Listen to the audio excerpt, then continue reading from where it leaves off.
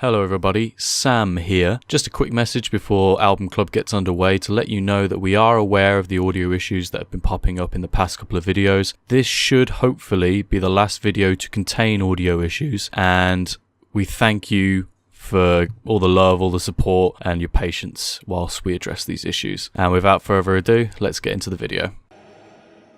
He just sounds like a typical indie vocalist.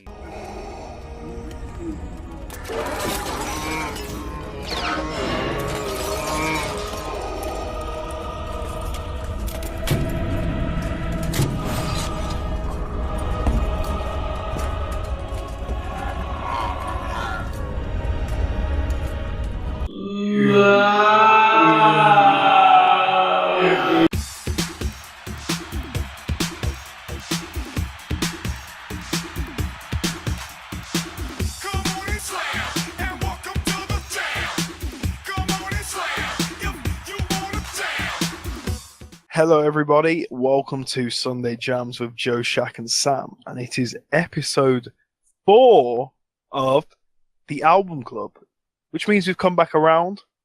It's Joe's second pick, and he has picked Arcade Fire, one of his favourite bands, and their second album, Neon Bible. So, let's jam. So yeah, Neon Bible is a second album. It was released in 2007. How long was that after the first album? 3 years after Funeral. Funeral, the holy grail of Arcade Fire albums. And then coming onto this album, immediately from the cover and the title and everything, is clearly some kind of religious commentary, and that is definitely something you'll find we discuss as we go through the songs and the lyrics. Yeah, definitely a darker turn on this album as well. It's definitely darker than Funeral, for sure. Yep. What's your favourite track on this, Joe? Oh, it's either Black Wave, Bad Vibrations, or there's so many good songs. Alright, well, Black Wave, Bad Vibrations is a good place to start then. Right, yeah, because that's also one of my highlights. Yeah, it's one of mine as well. I really like, there's a kind of strange vibe here. I really like the first part, Regine's part, a lot.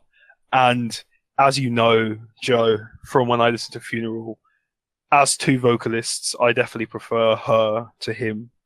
Yeah, I know you aren't big on Wynn's vocals. Right, yeah. So probably one of the big reasons why this is one of my favourite songs is because she is so prominent in this song. She kind of embraces a kind of indie sound with her voice. It's a bit, it feels like it's holding back in a sense. There's kind of a subtlety, but I think it definitely works. And then the amount of contrast between the second part of the song. Yeah, like when you hit the Volta in this track. Oh man, I was like, okay, well this, like, I liked the first part, and now it's just transformed into like, this is one of the best songs in the album. It's such a great transition, man. Mm-hmm. It starts all like, it's almost like new wavy at the beginning. Like it's like this dark humming synth bass with like the violins. I think it sounds pretty 80s for the first half. One way I would describe this album is atmospheric indie rock. I feel like a lot of that's the big thing, that even though that's not like an official genre tag, like that's what I kept thinking as I go through, like this is indie rock turned atmospheric. Okay.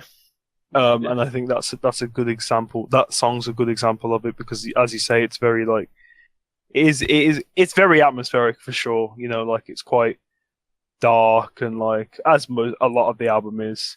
And then you have like these kind of angelic backing vocals that come in. Oh man, yeah. Towards the end, yeah, they kind of sing so good, man. The lyrics and just how it sounds and how it builds, it's just so. And I like so huge sounding. The outro instrumentation, where it's like the buzzing bass and the stormy sounds as well.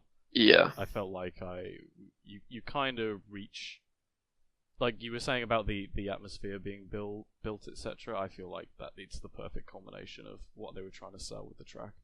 Definitely, and just their sound. That is kind of like what their sound is, in the sense they are the group that kind of took your kind of traditional kind of late 90s, early 2000s indie rock sound, and try to turn it into something a bit more atmospheric, a bit more epic, a bit more orchestral.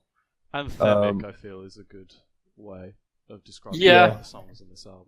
I feel like a lot of that just comes from how many people are in the Exactly, band. yeah. It's the orchestral. It's the fact that they use basically an orchestra to construct what is essentially indie rock songs, which necessarily creates this framing and this huge contrast and this kind of unique position in the indie rock genre, which is why one of the big reasons I think they have such a huge following and why they're such a kind of seminal indie rock group, because there's really not, I don't know if there might be people like them now. I don't know. There might be people who've tried to do. I feel like, what is it, Bastille?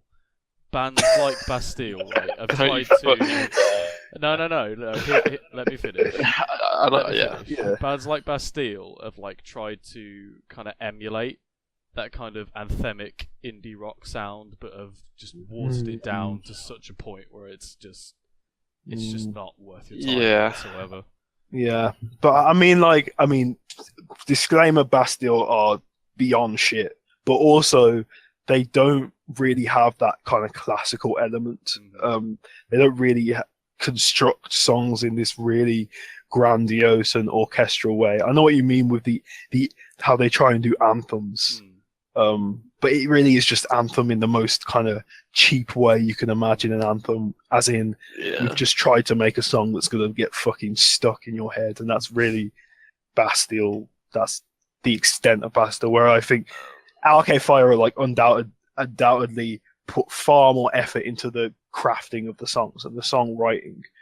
Like Joe says, a lot of that comes from the ensemble, the size of the ensemble, the amount of instruments that they want to use for songs, you know. Yeah, and stemming from that, I think in a lot of their songs, there's a real sense of like, it's almost like this like grassroots, like communal feeling. Like it sounds like there's just like really humble feeling about it. I mean, the kind of struggle against religion is kind of a struggle against a kind of tyrannical power, at least the way they're portraying it. Yeah. So in that sense, there is definitely that aspect, you know, because obviously this isn't an album that's, you know, this is an album that's very critical of the kind of religious establishment rather than, you know, embracing. Especially how it's dealt with in America. Segues nicely into Neon Bible, which is another one of my highlights. Also another one of my highlights, yep. I felt like to talk about the kind of album structure more generally. So very quickly, I was really underwhelmed with Black Mirror, the opening track. It's one of my lowlights, but we'll get to that later. And then when we had Keep the Car Running, which was a lot more anthemic, and to get to this sudden like decline in kind of grandiosity and just large sounding thing, I really enjoyed this kind of what felt like almost kind of campfire song in terms of closeness and intimacy. Yeah, that's what I mean about it feeling like a community in their songs. It feels like some like songs that like keep people together in like hard times kind of vibes. And but there's also some this track, I also feel are some of the best on the album, personally. Yeah. Very like grim apocalyptica. Get that feeling. You know, especially with that whole not much chance for survival thing. I really and there's just something there's also something quite like soft but unsettling about the sound of this song. Creeping, kind of sinister delivery of the chorus, I feel. Right, especially when you have Regine's additional tone to add to that, that kind of fleshes out that kind of weirdly uncanniness about the way the song's just sang. You know, it's soft, but it's disturbed in a sense. It is some kind of like weird, innocent, haunting promise of like just like inevitable death in a way. So it's kind of creepy but nice. Bouncing off what Sam said about Black Mirror, Black Mirror was actually one of my biggest highlights, which is an easy segue into that. For kind of some similar reasons, which was I really like there's some really creepy chords going on here, and there's this really huge dark instrumentation, and I like the way how the when Regine comes in, she's kind of smothered by this instrumentation in a sense, but not in like a bad way, in like in a way that kind of does testament to the kind of arrangement that they're trying to go for, in a sense. Yeah. Okay. I really love the like kind of brief ascending piano riff that comes in before he repeats Black Mirror at the end of the verses. It's quite simple, but I just think it's a really nice little thing. And there's an ominous kind of lack of definition in the lyrics, I feel, here, especially like in the fourth verse with the their names are never spoken, the curse is never broken. Yeah. There's this mystique surrounding this idea of the Black Mirror, and that's kind of reinforced by the fogginess of the effects that are used in the song. Yeah, super gloomy, smoky introduction to the album. Yeah, and I just love that whole "their names are never spoken, the curse is never broken," and then into "Mirror, mirror on the wall." Yeah, and that's all sang with the male-female harmonies as well, which I know you're a fan of. For sure. So, yeah, that was definitely one of my highlights. I love the overall build of the song as well, and yeah, I really love that song. In the context of the album. Yeah, I'm basically huge on like every song on this album. Fair. So. Yeah. I think for me, because obviously I'm the contentious one here, you were talking about Regine being smothered by this instrumentation, and I could kind of see how you could interpret that as a positive with regards to the kind of theme and atmosphere that they try to establish for the rest of the album. But for me, I thought it was just a bit too much in terms of the mixing was just so kind of... It's super murky. Yeah, murky is a good way of describing it. It just like, I wanted to zone in on different parts of this instrumentation. I just became kind of frustrated with the song to a point. And I thought the hook, in terms of him just saying Black Mirror over and over again, was very repetitive. And yeah, it just didn't grab me. So I thought from this track I was in for a bit of a dud of an album, to be honest. But but like you, if I am to give the track some praise, I did like the ascending piano instrumentation. Bang bang bang bang bang bang bang. Like that bit stuck in my head, like in a good way. But then moving on to like a highlight of my own, I thought Keep the Car Running brought me back into the album. Like I was a lot more sold on like, okay, right, are we actually in for something pretty big here? I feel like Keep the Car Running is a better indication of how the album, or a lot of the album, sounds as a whole, to be honest. I really, really disagree.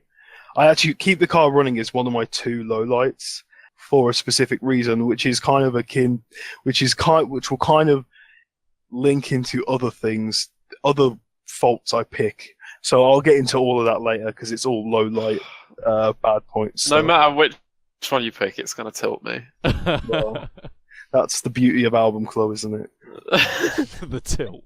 But yeah, I wasn't a fan of Keep the Car Running, and I don't know. I feel like I'll get into it later. Carry on. Well, I love how it's like such a bright contrast compared to Black Mirror, and how it kind of like sets up this, like you have the really dark intro song, and then it has like it's like it's introducing the villain and then the heroes almost. Like it's definitely a nice contrast. It's definitely good. I wouldn't fault the positioning of the song. I wouldn't fault the way they've ordered the album. I think it works. Yeah.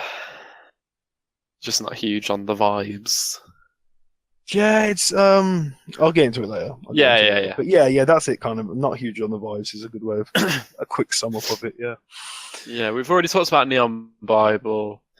Another one of my highlights is there's no point you basically said all of them are highlights, so me and Sam might as well go through the highlights in it because you could talk. I'm guessing Every you could song. talk. Well, going straight on, Intervention. Yeah, Intervention is a highlight of mine. Intervention is so Intervention sick. wasn't one of my highlights, but I love Intervention. As soon as that organ kicked in, I was on board. To be honest, I do love There's the so organ. much organ on Definitely, this album, I love actually. the organ here. It's one of the best executions of the whole classical meets indie trademark. I really love how the organ frames the vocals. It just makes it more expansive on top of that kind of indie folk rhythm. I like the chime sound. Feel like it all comes together. You have these angelic female vocals. I think just the way they arrange things and put things together is so good. Like, it's all done so well. It's all done so carefully and with such attention to what complements what. The bleakness in the lyrics, I really like that. The second chorus is brilliant as well. I love how bleak the lyrics are.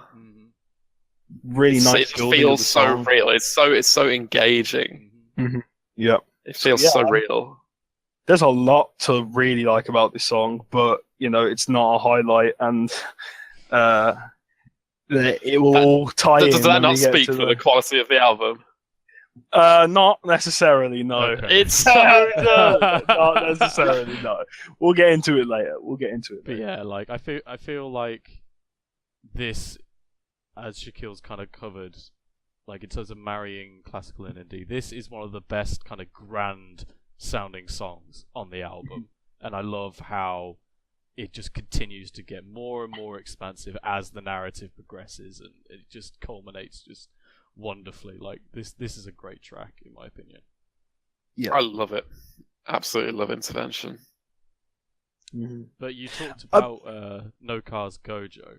I think it's ridiculous that you thought No Cars Go would possibly be a low light because there's so much harmony. I just thought, I just went straight to that when you said keep the car running because they've both got those kind of upbeat vibes. Oh right, no, not at all. I mean, they're similar in terms of vibes. No Cars Go has loads of dual vocals, male female harmonizing. She's really present, which I love. There's almost like a post-rocky ending to it as well. Yeah, a little bit of a guitar solo.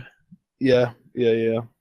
I don't know whether it's because we were talking about the structure of Graceland in the previous album club, but I feel like this would be a more, or at least for my personal tastes, I feel like the album would be better served if this closed the album rather than My Body Is a Cage. Wrong!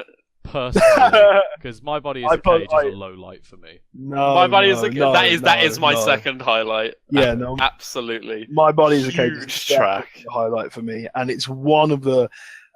Again, I'll get into this later on, but it's one of the moments when I'm like, man, like I really like his voice here because it kind of it's like he kind of goes through a bluesy type voice here. It's like he kind of uses his flatness of his voice to have this kind of wimpy, not in a bad way wimpy, but kind of wimpy bluesy delivery. Just vulnerable. Yeah, sounding. Yeah.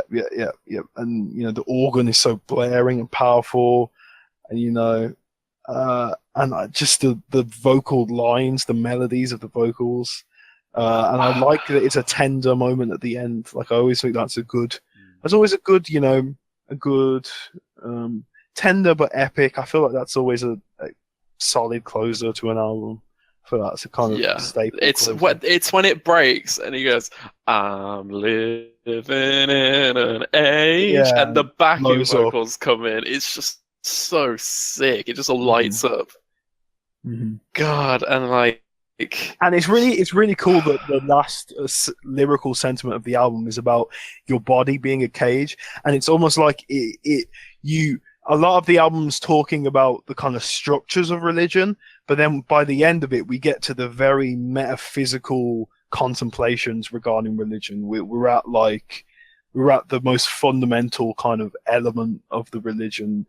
The bit that kind of, in a sense, a lot of people can get on board with, even if they're not into grand religious structures and shit like that. Yeah, because like this is the only part of the album really where like he kind of accepts he's spirituality. Yeah, and like, I think that's he takes what he can from organized that kind of corrupt religion and forgets all of the bad stuff and just takes what he can and uses it to benefit himself. Mm-hmm. Which is why also I think it's a perfect ender, because thematically that is like the end of his meditation on religion that he goes throughout the album. Like, it's like, okay, I realize that it's the structures that I'm really not a fan of, but there is some kind of spiritual undertone that I can get on board with. And you finally get this one positive note in regards to, you know, religion and all that kind of thing. Yeah. And like following on from the lyrics of so many songs on the album, it's like this final moment of breaking free from this cage that has been placed around him from growing up, like from living in his father's house, because he doesn't want to live in his father's house no more, and he doesn't want to work in a building downtown and everything, and it's all just built up to this one moment when he's kind of breaking free with the religion that he hates. Perfect moment. Absolutely the sickest ender. It's like one of my favourite overall Arcade Fire songs. Well, you were talking about him not wanting to live in his father's house no more, etc. Windowsill is a highlight of mine. Windowsill's huge. And I feel like the kind of, like, you're talking about that My Body's a Cage is like a nice culmination on his meditation of what he's thinking about religion, etc. I much preferred the kind of ambiguity that Windowsill gave me in terms of whether he will end up dying because of the house being on fire or the rising sea. So obviously kind of metaphors for his own self-destruction, or the rising sea of all the systems of religion or whatever that are outside his control, outside the house. I much preferred that kind of ambiguity rather than this breaking free notion. It felt a bit cliche, to be honest. I feel like Windowsill is basically like the opposite song of My Body's a Cage, because it's him absolutely saying like he doesn't want like these. He's sick of hearing about religion on TV. He doesn't want these salesmen knocking at his door. It's an earlier point in the meditation. It's it's the bit before you get to the final realization, you know. And I mean, in a sense, My Body is a Cage is kind of a cliche image, but you know, it's also like thousands of years old. So I mean, what is cliche when you're talking about kind of ancient ideas? Like, I mean, is it still cliche when it's, you know, like when it's been passed down through thousands of years? It's kind of different. I kind of consider that image as something different to cliche, as more kind of like a relic of like human thought, in a sense. I don't know whether it's just the fucking nihilism that I have, that I prefer the idea that ultimately he will just die through one force or another, and it's just a case of which you choose. But I don't know. Like, I felt like Windowsill culminated it a bit better. Windowsill's really bluesy. I think it's got like that kind of that refrain. Like every line starts with "I don't wanna do." It's just the structure of it is very it's very classic. It's interesting though, because Windowsill wasn't one of my highlights, so it seems like me and Sam have like all the opposite highlights on lowlights. Okay, this is interesting. Which I guess we can move on to the lowlights now, unless there was a big highlight you wanted to. Yes, I have one more big highlight. Okay. Yeah. Ocean of Noise. I'd say that was almost a highlight for me. Almost. I love Ocean of Noise. Almost a highlight. I'll let you talk about it then. Since the bass line.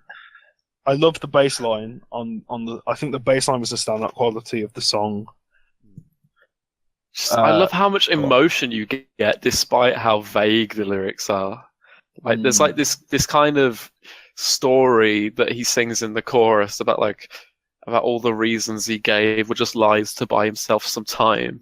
Like, you don't really know what he's talking about, but you still feel so on his side, and it still feels so emotional and so like dystopian almost because of like the sound of the wind and the rain and everything.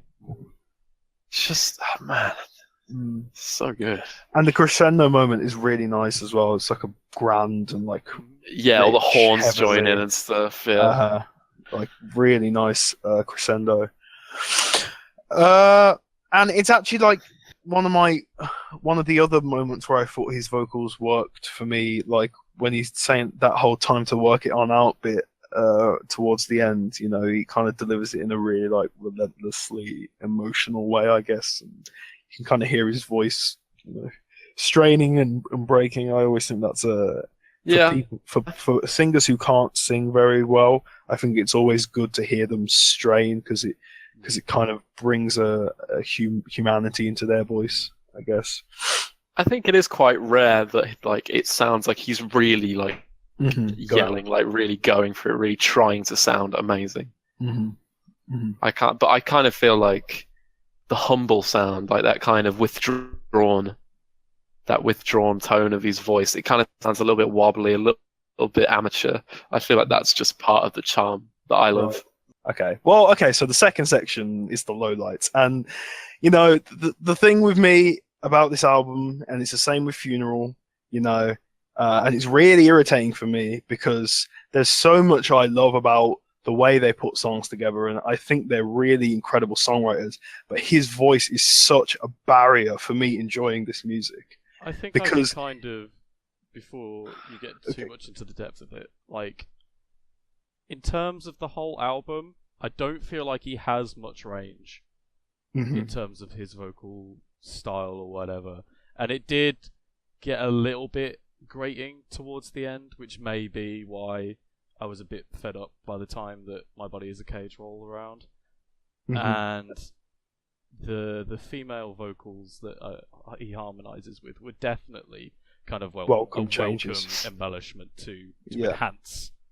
I have to say, you know, and I totally get if people don't like this opinion, but to me, I will always say he just sounds like a typical indie vocalist who's in like he's in this amazing band, and he just sounds like he could be in fucking The Killers or something. Like he just has like the blandest indie vocalist voice to me, and it's like it just holds it back, and I feel like in one sense it's cool because it's like because it is the whole charm of Arcade Fire is this kind of indie meets grand orchestral music and all that stuff, you know, and he has the indie vocalist voice as well, but it just doesn't do anything for me in terms of like emotionally hitting or in terms of like really nice sounding melodies and stuff like that. Like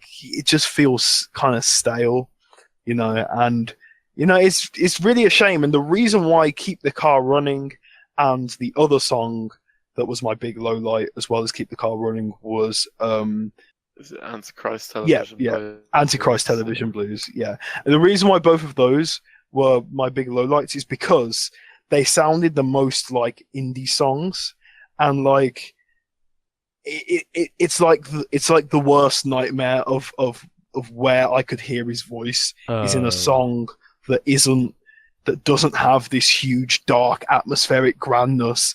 It's just like, why are two just random, you know, like it's still better written indie than, you know, an average indie band, but it still feels like you have these two songs that are just indie rock songs amongst this huge grand piece of work, and it's just like I don't like indie rock like that to want to hear it in a sense, you know, like it's just not something I enjoy. It's not a sound or a genre that I've ever really been that into, you know. It's got to have a lot. Indie rock has to have a lot on top for me to really get into it, especially with the vocalists, I think, you know. And so Antichrist Television Blues was one of my lowlights as well. The only note I have on it is just like I don't have anything to say about it because it just kind of washed over me. I was like, this isn't grabbing me. I understand that because I feel like most of the song is basically just the lyrics. Like beyond that, it is. I feel like it's just a really simple blues song. Like it's got like classic, like almost like, I'm not gonna say Bob Dylan vibes, but I know that's a massive influence, along with people like Elvis and stuff. Just like a really simple structure of a song that just tells the story, and that's it.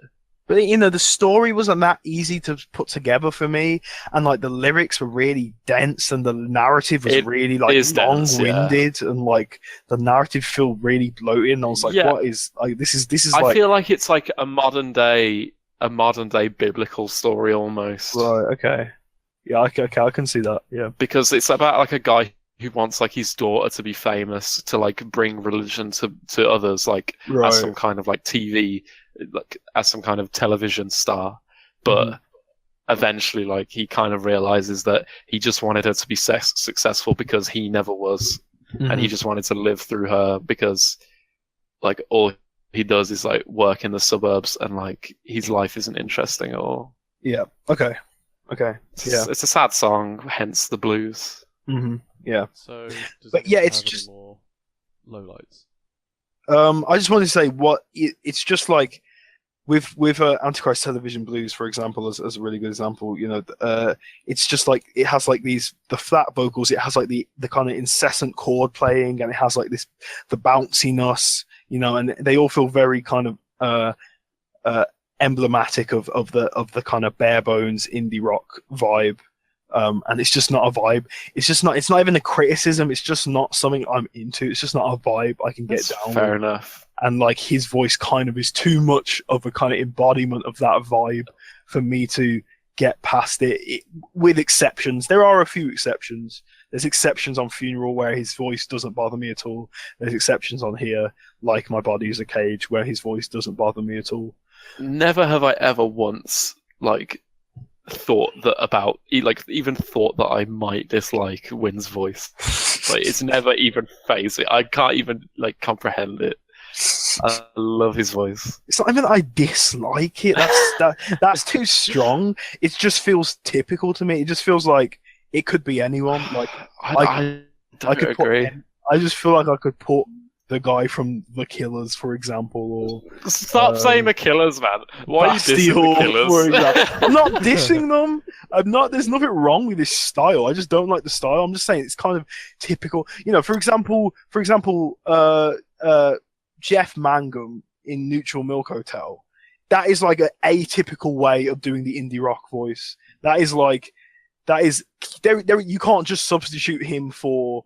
I don't think you could substitute Wynn for like I don't hear the specialness anywhere in his voice. I don't hear it. I don't hear his distinction from other indie vocals. I don't know what it is, but there's something there that like it's almost like a I don't want to say groaning, but like just that wobbliness. Like I don't know. He sounds like so. There's like a desperation almost sometimes. That suits that bleakness that they often tackle with their lyrics. You're just gonna have to agree to disagree here. Yeah, I'm not. I don't think I'm gonna change my mind. Yeah, it's like, you know, it's an annoying barrier. You know, it's because I definitely respect and appreciate what they do massively. I think they're incredible songwriters. So yeah, but no. To answer your original question, Sam, no more lowlights really. Right. Windowsill was on the edge, but I wouldn't call it a low light. Is that a fucking pun? I'm glad that The Well and the Lighthouse wasn't a low light for anyone. No, because I really like that song. It's not the highest of the high, but I really like it. So yeah, final thoughts. I think the writing here is great. I think the song crafting here is great. I really like the amount of elements they use. I think there are some really great songs here. In terms of how I compare it to Funeral, I'd say I enjoy them about the same. I'd say they have different they have different pros and cons. I think Funeral's a bit more dense in terms of the music. In terms of like, I think it's a bit crafted in a bit more of a bigger or just like more nuanced way in a sense. But I feel like Neon Bible has more engaging lyrics and also has, I don't know if I'd say catchy, but it's more immediately enjoyable. Maybe I'd say I feel like it's less dense in terms of the music. I feel like Funerals are very like a very deep album when it comes to the way they've structured the songs, more so than Neon Bible is. But I kind of like that Neon Bible is a bit simpler in what it kind of offers in terms of the music. Yeah, but I pretty much say I enjoy them about the same.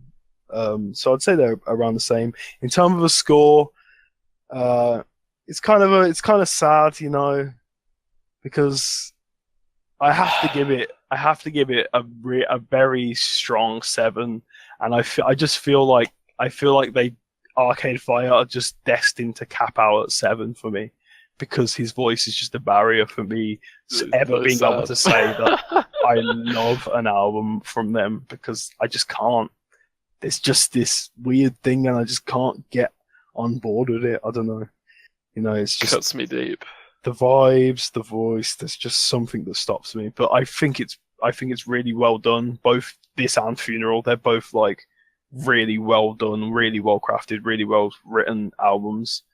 But it's really just a personal thing that stops me from giving it any higher than a 7. But yeah, really high 7. 7.5.